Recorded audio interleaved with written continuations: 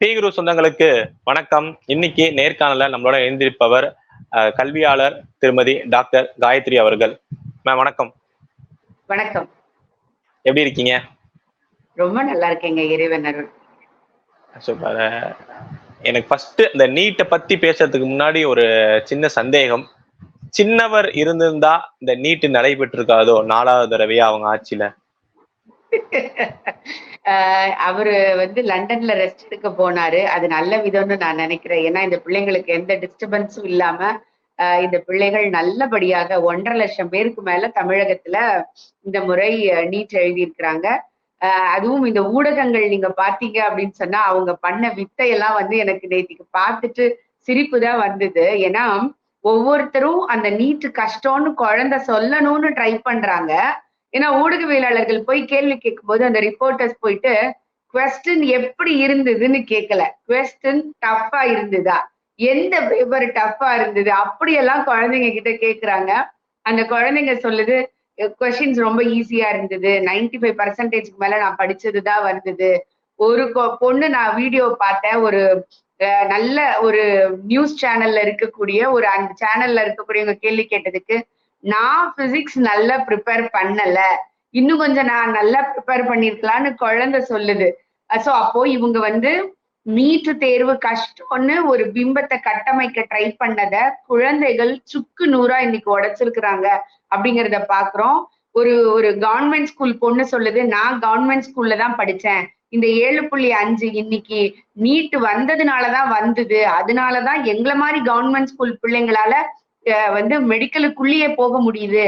இத்தனை வருஷம் இது கவர்மெண்ட் ஸ்கூல் பிள்ளைங்களுக்கு எட்டாத ஒரு விஷயமாக இருந்ததுன்னு அந்த பொண்ணு டிவி சேனல்ல சொல்லுது. இதைத்தான் நான் தொடர்ந்து சொல்லிக்கிட்டே இருந்தேன். 2006 இருந்து 2016 வரைக்கும் 10 வருஷத்துல 220 பிள்ளைகள் தான் அரசு பள்ளி பிள்ளைகள் கவர்மெண்ட் பிரைவேட் எல்லாத்துலயும் சேர்ந்து மொத்தமாக போனது.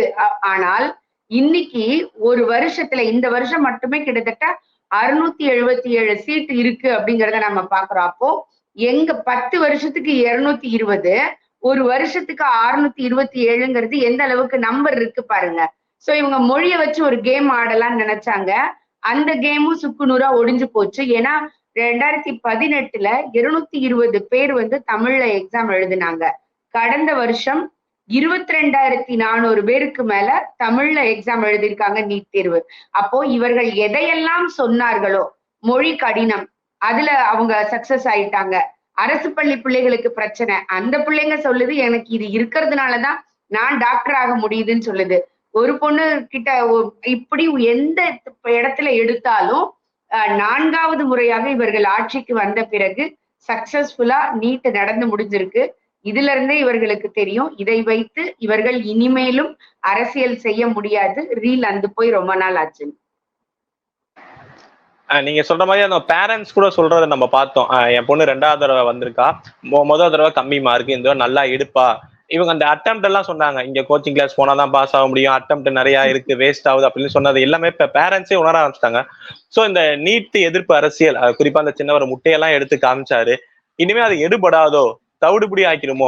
ஏன் கேக்குறோம்னா, ஆனா தேர்தல் அறிக்கையில இன்னும் காங்கிரஸ் என்ன சொல்றாங்க, அந்த நீட் போன்ற இதுல மாநில அரசாங்கமே முடிவெடுக்கிறதுக்காக நாங்க கொடுப்போம் சொல்லிட்டு அவங்க தேர்தல் அறிக்கையெல்லாம் சொல்லப்பட்டிருக்கேன்.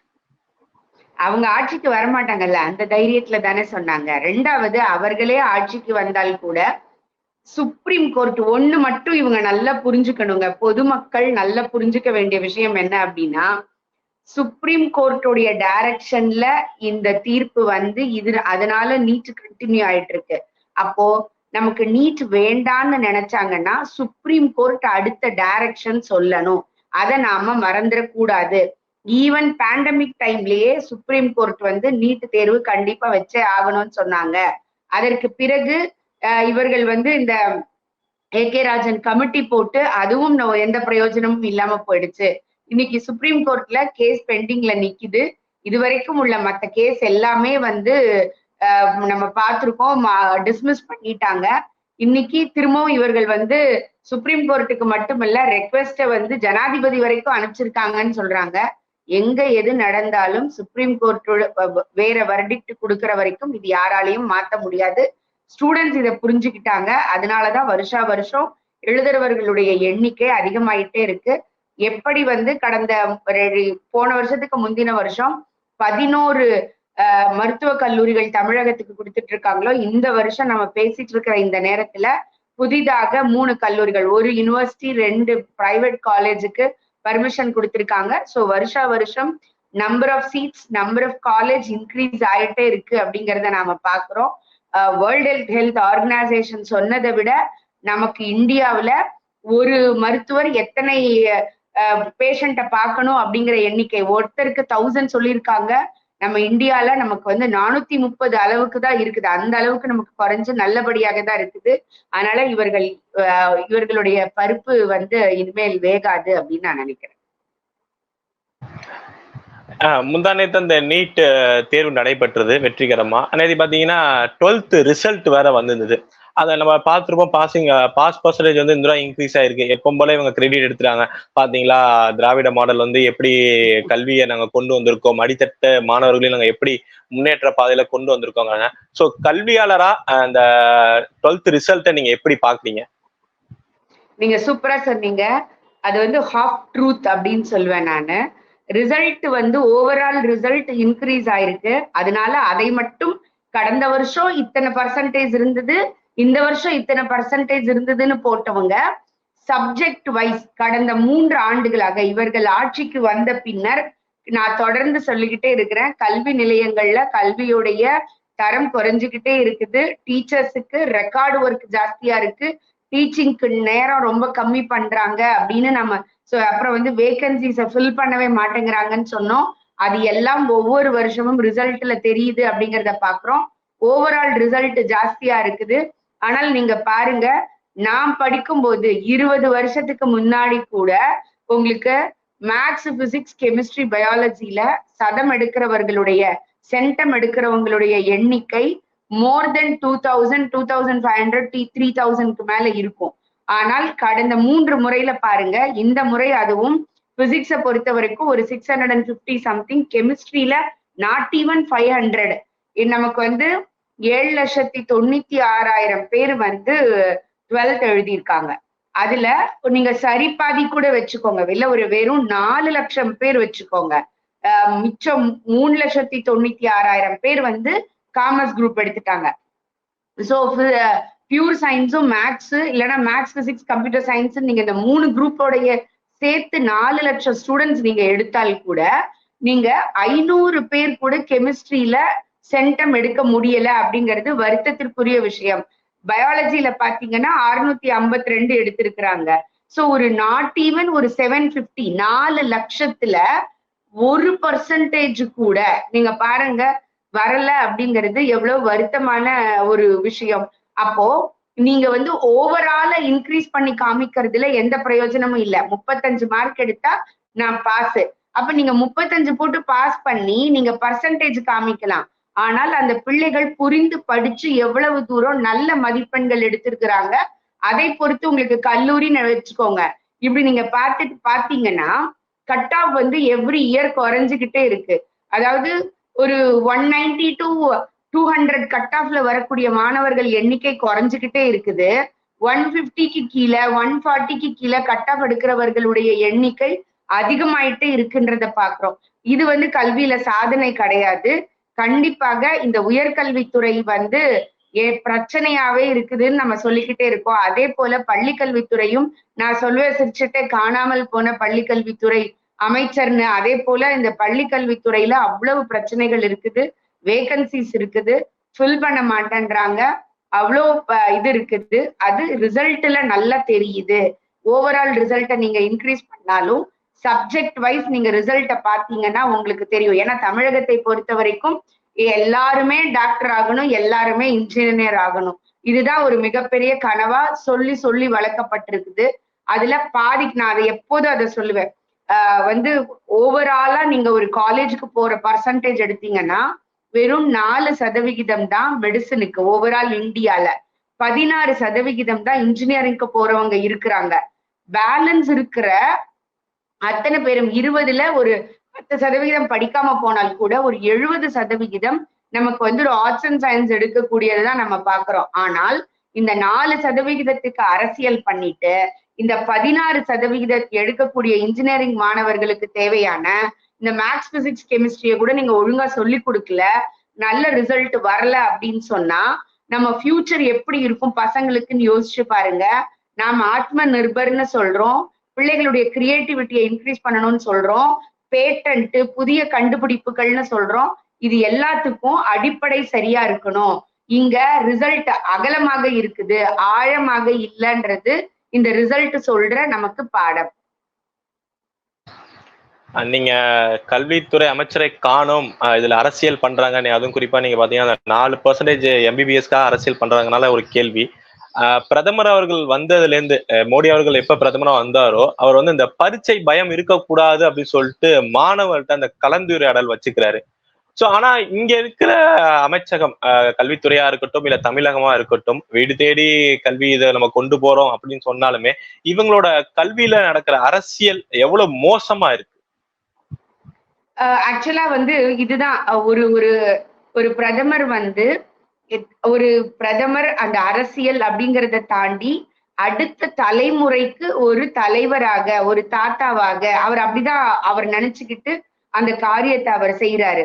பரீட்சா பே சர்ச்சா அப்படின்னு சொல்லிட்டு அவர் வந்து அந்த குழந்தைங்களுக்கு அவ்வளவு அழகா, நீங்க அவருடைய அந்த ஸ்பீச் நம்ம ஒரு தடவையும் அந்த எக்ஸாம் டைம்ல நீங்க பாத்தீங்கன்னா அவ்வளவு மோட்டிவேட்டடா இருக்கும். ஆனா நம்ம மக்கள் என்ன பண்ணுவாங்க, ஃபர்ஸ்ட் பேஜ்ல நீட் எக்ஸாம் எழுதுற அன்னைக்கு தூக்கு போடுற மாதிரி ஒரு பிக்சரை போட்டு அந்த எக்ஸாம் சென்டருக்கே கொண்டு போய் கொடுக்கறது. இந்த தடவை ஓட்டு கேட்கறதுக்கு எப்படி வந்து ஒரு அட்வர்டைஸ்மெண்ட்டை கிரியேட் பண்ணி வச்சாங்க, அப்பா தூங்குற கனவுல பொண்ணு தூக்கு போட்டுக்கிற மாதிரி கனவு டாக்டருக்கு கிடைக்கலனா. அப்போ நீங்க என்ன சொல்ல வரீங்க, இந்த நாட்டுல நீ படிக்க நினைச்சது உனக்கு கிடைக்கலன்னா தூக்கு போட்டு சாவாங்கன்னு நீங்க சொல்ல வரீங்களா? அப்ப எது ஒரு தலைவனுக்குரிய ஒரு மிகப்பெரிய விஷயமா இருக்குன்னு பாருங்க. எதை பத்தியும் கவலைப்படாத அப்படின்னு சொல்லிட்டு நீ எஃபர்ட் போடு, உனக்கு பேரண்ட்ஸ் பின்னால இருக்கிறாங்க, உனக்கு டீச்சர்ஸ் பின்னால இருக்கிறாங்க, அந்த டீச்சர்ஸ் சொல்றதை கேளு, அம்மா அப்பாவுக்கு வந்து நீங்க இம்பார்ட்டன்ஸ் கொடுங்க, படிக்கிறத எப்படி படிங்க அப்படின்னு ஒரு தகப்பனா ஒரு தாத்தாவா ஒருத்தர் வந்து ஒரு இடத்துல அட்வைஸ் பண்ணிட்டு இருக்காரு, பிள்ளைகளோட கலந்துரையாடுறாரு. அவருக்கு தெரியும் 12th பிள்ளைங்க வந்து நாளைக்கு ஓட்டு போட போறது இல்ல, 10th பிள்ளைங்களோ 12th பிள்ளைங்களோ இன்னைக்கு எனக்கு ஓட்டா அது கன்வெர்ட் ஆக போறது இல்ல. ஆனால் அவர் அடுத்த தலைமுறையை உருவாக்குகிறார். இங்க நம்ம என்ன செய்யறோம், நீ நீட்டு கிடைக்கலன்னா செத்து போயிடுவ அப்படிங்கிறத நாம வந்து சொல்லி காமிக்கிறோம். அப்ப எது நல்லது அப்படிங்கிறத மக்கள் தான் புரிஞ்சுக்கணும். எது மக்களுக்கான, யார் மக்களுக்கான தலைவர், எது அரசியலுக்காக இங்க செய்யப்படுகிறது அப்படிங்கிற அந்த டிஃபரன்ஸை புரிஞ்சுக்க தெரியணும். அடுத்தது நீங்க சொல்றப்பே இங்க எப்படி பள்ளி கல்வித்துறை சரியில்லையோ உயர்கல்வித்துறை அப்படி சரியில்லைன்னு சொல்லிட்டு ஃபுல்லாவே சொல்லியிருந்தீங்க. அதுல கூட அண்மையில ஒரு செய்தி நம்ம பார்த்திருப்போம், சென்னை பல்கலைக்கழகத்துல வந்து இந்த சிண்டிகேட் கூட்டம் அது வந்து நடந்தே சில பல மாதங்கள் ஆயிடுச்சு அப்படிங்கிறாங்க. இந்த சிண்டிகேட் கூட்டம்ங்கிறது என்ன, அது நடத்துறதுனால எவ்வளவு யூஸ்ஃபுல், ஏன் அது நடத்தப்படுறது இல்ல? ஆக்சுவலா இந்த சிண்டிகேட் அப்படிங்கிறது ரொம்ப ரொம்ப இம்பார்ட்டன்ட். ஆட்சி குழு அப்படின்னு சொல்லுவாங்க. ஒரு நிர்வாகத்தை நடத்துவதற்காக உள்ள குழு. அந்த குழு தான் டே டு டே ஆக்டிவிட்டிஸ் எப்படி நடக்கணும், என்ன பண்ணணும், எக்ஸாம் எப்ப வைக்கிறதுல இருந்து, மார்க் ஷீட்ஸ் கொடுக்கறதுல இருந்து, கான்வெகேஷன்ல இருந்து ஒரு பல்கலைக்கழகத்துல உள்ள அத்தனை விஷயங்களையும் தீர்மானிக்கக்கூடிய இடம் வந்து அந்த சிண்டிகேட் தான். இந்த அரசு வந்ததுக்கு அப்புறமே நீங்க பாத்தீங்க அப்படின்னு சொன்னா நமக்கு தெரியும், இன்னி வரைக்கும் 3 பல்கலைக்கழகங்கள்ல இங்க வந்து துணைவேந்தரே இல்லாம தான் இருக்குது. அது education university, Bharathiyar university, Chennai பல்கலைக்கழகம், 3 யூனிவர்சிட்டியும். நாம பேசிட்டு இருக்கிற இந்த நேரத்துல மதுரை பல்கலைக்கழகத்துல அங்க உள்ள நிர்வாக குளறுபடிகளால இதுக்கு மேல என்னால தாக்கு பிடிக்க முடியாதுன்னு சொல்லிட்டு அந்த துணைவேந்தர் வந்து ரெசிக்னேஷனே கொடுத்துட்டாரு. இதுதான் இங்க இருக்கக்கூடிய நிலைமையாக இருக்குது. ஒரு துணைவேந்தர் நியமனத்துல யூஜிசி சொல்லுது, யூஜிசியுடைய நாமினி ஒருத்தரை நீங்க அப்பாயிண்ட் பண்ணணும்னு சொல்லிட்டு. ஆனால் இங்க இருக்கிறவங்க அதை கேட்காமல் வந்து அவர்களாக நம்முடைய வேந்தர் கொடுத்த அவர் ஒரு இது லிஸ்ட் கொடுக்குறாரு, அதை இவங்க அக்செப்ட் பண்ணிக்கல. சரி நீயாவது வந்து யூஜிசி நாமினிய போட்டு கொடுன்னு சொன்னா அதையும் அவங்க செய்யல. சோ வந்து கிட்டத்தட்ட 2 வருஷமாக பாரதியார் பல்கலைக்கழகம் பிஎட் யூனிவர்சிட்டி சென்னை பல்கலைக்கழகத்துல இல்ல. சென்னை பல்கலைக்கழகத்துல நீங்க பாத்தீங்கன்னா இந்த ஆட்சிக்குழு சிண்டிகேட் மீட்டிங், அதுவும் இந்த உயர்கல்வித்துறை செயலர் கார்த்திக் வந்த பிறகு நிறைய குளறுபடிகள் இங்க நடக்குது. சொன்ன டேட்டுக்கு எதுவுமே நடக்கிறது இல்ல. பாரதியார் யூனிவர்சிட்டியோட செனட் கமிட்டி மீட்டிங் போன வருஷம் ஜனவரியில, நவம்பர்ல டிசைட் பண்ண டேட்டு ஜனவரியிலேயே 3 முறை மாற்றி அமைக்கப்பட்டது. அது எல்லாருக்கும் தெரியும். சோ இது செனட்டுக்கே இந்த நிலைமை அப்படின்னா சிண்டிகேட்டை பொறுத்த வரைக்கும் 7 மாசமாக நடத்தவே இல்லை. ஏன்னா எப்படி வந்து உயர்கல்வித்துறை அமைச்சர் ஒரு பிரச்சனையில இருந்து அவர் தண்டிக்கப்பட்டு அதற்கு பிறகு இன்னைக்கு பதவி ஏற்றிருக்கிறாரு. ஆனால் உயர்கல்வித்துறை செயலரை பொறுத்த வரைக்கும் நீங்க பாத்தீங்கன்னா பயங்கர கன்ஃபியூஷன் அங்க இருக்குது. எப்படி பாரதியார் யூனிவர்சிட்டியில செனட்டுக்கு நடந்ததோ அதே மாதிரி சிண்டிகேட்டுக்கு நடக்கவே இல்லை. அங்கேயாவது ஆல்டர்னேட் டேட்ஸை மாத்தி மாத்தி வச்சுக்கிட்டே இருந்தாங்க. 3வது முறைதான் வந்து அந்த டேட்டே கன்ஃபார்ம் பண்ணாங்க. 3 முறை மாற்றி அமைக்கப்பட்டது ஒரு செனட் மீட்டிங்க்கு. சிண்டிகேட் மீட்டிங்ல பாத்தீங்கன்னா 7 மாசமா நடக்கவே இல்லைன்னு சொல்றாங்க. இதுல ஏற்கனவே ஒரு பிரச்சனை என்னன்னா அவங்களுடைய வரவு செலவு கணக்குகளுக்கு சரியாக டாக்ஸ் கட்டலன்னு சொல்லி பர்பஸ்ல அவங்க அக்கௌண்ட்டை வேற ஃப்ரீஸ் பண்ணி வச்சு போன மாதம் அவங்களுக்கு சேலரி கொடுக்கறதுக்கே பிரச்சனை ஆகுது. இதே பிரச்சனை மதுரை காமராஜ் யூனிவர்சிட்டியில 6 மாசத்துக்கு மேல நீடிச்சு இருக்குது. ஏன்னா அங்க இப்ப வந்து ஸ்டேட் கவர்மெண்ட் யூனிவர்சிட்டிஸ்ல ஃபண்ட் வந்து ரொம்ப கம்மி ஆயிட்டே இருக்கு. ஸ்டேட் கவர்மெண்ட் யூனிவர்சிட்டிஸுக்கு வந்து ஃபண்ட் கொடுக்கறது ரொம்ப கம்மி பண்ணிட்டாங்கன்னு அவங்க சொல்றாங்க. இவர்களாக ஃபண்ட் ரைஸ் பண்ணணும்னு பார்க்கும் பொழுது அங்க வந்து டிஸ்டன்ஸ் எஜுகேஷன் மூலமாக தான் எப்பொழுதுமே பல்கலைக்கழகத்துக்கு 2 விதத்துல பணம் நிறைய வரும். ஒன்னு டிஸ்டன்ஸ் எஜுகேஷன், இன்னொன்னு பிஹெச்டி. பிஹெச்டி போடுறதுக்கு வந்து பாத்தீங்கன்னா கைடு நிறைய பேர் இருக்கணும். அப்ப கைடு இருக்கணும்னா டிபார்ட்மெண்ட்ல எத்தனை நபர்கள் இருக்கணுமோ அத்தனை பேரை நீங்க ஃபில் பண்ணா மட்டும்தான் நீங்க பிஹெச்டி கைட்ஷிப் கொடுக்க முடியும். எக்ஸ்டர்னல் கைட்ஷிப் எல்லாத்தையும் ஸ்டாப் பண்ணிட்டாங்க. அப்போ நம்பர் ஆஃப் பிஹெச்டிஸோட இது கம்மியாகுது. ஏன் இதை சொல்றேன் அப்படின்னா பிஹெச்டிஸை பொறுத்த வரைக்கும் யூனிவர்சிட்டிக்கு ஒரு பெரிய செலவு கிடையாது. ஏன்னா அவங்க தனியா ரிசர்ச் பண்ண போறாங்க, டாக்டரல் கமிட்டி மீட்டிங்க்கு வந்து பணம் கட்ட போறாங்க, எல்லாமே தனிப்படையா நடக்க போகுது. டே டு டேக்கு அந்த எக்ஸ்பென்சஸ் வந்து மீட் அவுட் பண்ண போறது இல்லை. ஆனால் நீங்க மற்ற கோர்சஸ் நீங்க பாத்தீங்க அப்படின்னு சொன்னா உங்களுக்கு கிளாஸ் ரூம் வேணும், பவர் வேணும், லேப் வேணும், எக்ஸாம் கண்டக்ட் பண்ணணும், இவ்வளவு விஷயம் இருக்கும். ஸோ நீங்க பணம் கொடுத்தாலும் கூட அதுல வந்து ஒரு 60 to 70% சேலரிக்கு போக மிச்சம் இருக்கிறதையாவது செலவு பண்ண வாய்ப்பு இருந்தது. இப்ப டிஸ்டன்ஸ் எஜுகேஷன் நம்பர் குறைஞ்சிருச்சு, ஃபேக்கல்டி கம்மியானதுனால பிஹெச்டிஸ் கம்மியாகுது. அப்போ இதனால பணம் வந்து குறையுது, சேலரி கொடுக்கவே கஷ்டப்படுறாங்க. இதுதான் இன்னைக்கு தமிழ்நாட்டுல யூனிவர்சிட்டிஸ்ல இருக்கக்கூடிய உண்மையான நிலைமை. சோ இந்த சிண்டிகேட் மீட்டிங் வந்து கூடவே மாட்டேங்குது. அவங்க பலமுறை ரெக்வஸ்ட் பண்ணாங்கன்னு நானும் செய்தித்தாள்ல படிச்சேன். சோ மதுரை காமராஜ் யூனிவர்சிட்டியில பண பிரச்சனை, சம்பளம் கொடுக்க கூட வழி இல்ல, துணைவேந்தர் ரெசிக்னேஷன் கொடுக்குறாரு. பாரதியார் யூனிவர்சிட்டியில செனட் மீட்டிங்கை கூட ஆல்டர் பண்ணி நடத்துறாங்க. மெட்ராஸ் யூனிவர்சிட்டியில சிண்டிகேட் மீட்டிங் கூடவே மாட்டேங்குது. அதனால ஒரு கான்வகேஷனோ மார்க் ஷீட் கொடுக்கறதுக்கு கூட கஷ்டப்படுது. இப்படி ஒவ்வொரு பல்கலைக்கழகங்களும் தமிழகத்துல ஏதோ ஒரு விதத்துல இன்னும் கூடிய சீக்கிரத்துல மனோன்மணியம் சுந்தரனார் யூனிவர்சிட்டிக்கும் அந்த பிரச்சனை வரும் அப்படின்னு சொல்லிட்டு சொல்றாங்க. சோ இப்படி ஒவ்வொரு யூனிவர்சிட்டியாக அரசு பல்கலைக்கழகங்கள் தமிழகத்துல இன்னைக்கு இந்த நிலைமையில தான் இருக்குது. சோ எது வந்து அடுத்த தலைமுறைக்கு வேணும் கல்வி, அந்த கல்வியில அது பள்ளி கல்வித்துறையாக இருக்கட்டும், உயர்கல்வித்துறையாக இருக்கட்டும், தொடர்ந்து பிரச்சனையில தான் ஓடிக்கிட்டு இருக்குது. ஆனால் இங்க வந்து பையனுக்கு ட்ரக் மட்டும் எல்லா இடத்துலயும் சர்வசாதாரணமா கிடைக்குது.